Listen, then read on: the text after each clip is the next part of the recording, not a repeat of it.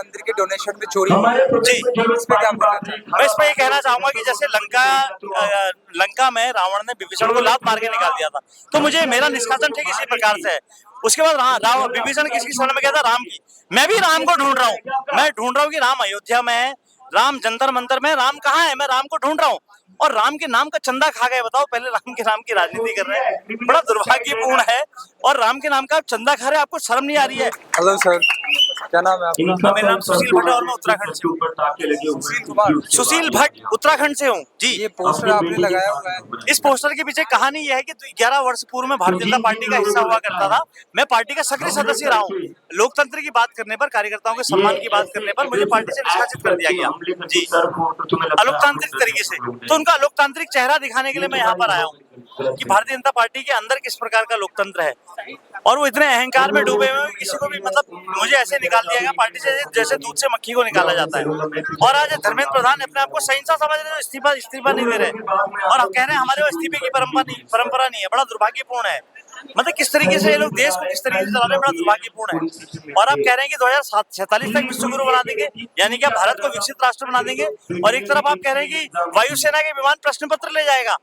मतलब paper leak आपसे नहीं सही हो पा रहा है, तो बड़ा दुर्भाग्यपूर्ण है और आत्मचिंतन करना चाहिए। डीलर मत भरिए ना, कितने डीलर भर दिया आपने पार्टी में, जहां देखो वहां डीलर ही डीलर डीलर ही डीलर डीलर। जब आरएसएस हस्तक्षेप करेगा भाजपा के अंदर, तो डीलर ही पैदा होंगे। आरएसएस किसी गधे को कहेगा तो गधा मुख्यमंत्री बन जाएगा। आरएसएस कहेगा इस गधे को केंद्रीय मंत्री बना तो गधा केंद्रीय मंत्री बन जाएगा। आरएसएस कहेगा इस गधे को प्रदेश अध्यक्ष बना तो गधा प्रदेश अध्यक्ष बन जाएगा। तो सब आरएसएस का है खेल। तो आपको डीलर नहीं, देखिए लीडर जो होता है जन्मजात होता है, लीडर पैदा होता है, बना ही नहीं जाते हैं। लेकिन उन्होंने फैक्ट्री बना दी डीलर बनाने की। ये डीलर बनाने की फैक्ट्री चल रही है भाजपा में। तो डीलर ही डीलर है, तभी तो बच्चों से संवाद नहीं कर पा रहे। एक छोटी सी बात है, अगर वो एक प्रेस कॉन्फ्रेंस भी करते तो फर्क पड़ता ना। लेकिन आप संवाद में विश्वास ही नहीं रखते हैं, आप लोकतंत्र में विश्वास नहीं रखते हैं। बहुत दुर्भाग्यपूर्ण है और आपको आत्मचिंतन करना चाहिए, सबसे बड़ी बात यह है। और यहाँ इस तरीके से गुंडागर्दी दिखाई जा रही है कि कुछ प्रोटेस्टर को पीट रहे हैं। मतलब ये लोग कहते हैं कि आदमी संवाद कोई कर रहा है, उसको बातचीत से उसका जवाब मत दो, उसका खोपड़ा फोड़ दो, उसको थप्पड़ मार दो। ये इन्होंने मानसिकता इस देश में बना दी, बड़ी दुर्भाग्यपूर्ण है। बात का जवाब तो बात से होगा ना। जैसे मैं कुछ बात कर रहा हूँ तो भाजपा के लोग मुझसे लड़ने के बजाय मेरे से तर्क करें कि भट्ट जी आप ऐसे कैसे कह रहे हैं, मैं उसका जवाब दूंगा। लोकतांत्रिक तरीका तो यही है। ये थोड़ा ना कोई भाजपा ही आए मेरे खोपड़ा फोड़ दे कि सुनील भट्ट तूने ऐसा कैसे कह दिया। बड़ा दुर्भाग्यपूर्ण है ना, तो ये समझना होगा। जो एजुकेशन मिनिस्टर है वो स्टूडेंट को एंटी नेशनल बोल रहा है। बहुत बड़ी बात है, बहुत दुर्भाग्यपूर्ण है। शब्दों की गरिमा तक इनको पता नहीं है। ये आरएसएस से आते हैं। आरएसएस तो कहते हैं सांस्कृतिक संगठन है, देश की संस्कृति को आगे बढ़ा रहा है आरएसएस। और आपको यही सिखाया आरएसएस ने, दिन रात आपकी ट्रेनिंग होती है। आरएसएस कहता है जमीन में बैठ जाते हो, जमीन में बैठ जाते हो। आपको शर्म आनी चाहिए। आप कहते हो हम देश की संस्कृति को हम आगे बढ़ा रहे हैं, देश की संस्कृति की बात करते हैं। और ये आपकी संस्कृति का आप अपने ही देश के युवाओं को एंटी नेशनलिस्ट कह रहे हैं। एंटी नेशनलिस्ट का मतलब समझते हैं आप? देशद्रोही का मतलब कि किसी विरोधी देश से हाथ मिला लेना। आप कितनी बड़ी संज्ञा दे रहे हैं इन युवाओं को, बड़ा दुर्भाग्यपूर्ण है। समझना होगा आपको, है ना। सबसे बड़ी बात है आत्मचिंतन करना होगा, आपको शब्दों की भाषा को समझना होगा ना। आपके अंदर एक अमित शाह जी कहीं रैली में अबे बैठ जा, अबे करके बात करते हैं, बताइए। वो भी भरी सभा में एक नेता, कितना दुर्भाग्यपूर्ण है बताइए ना।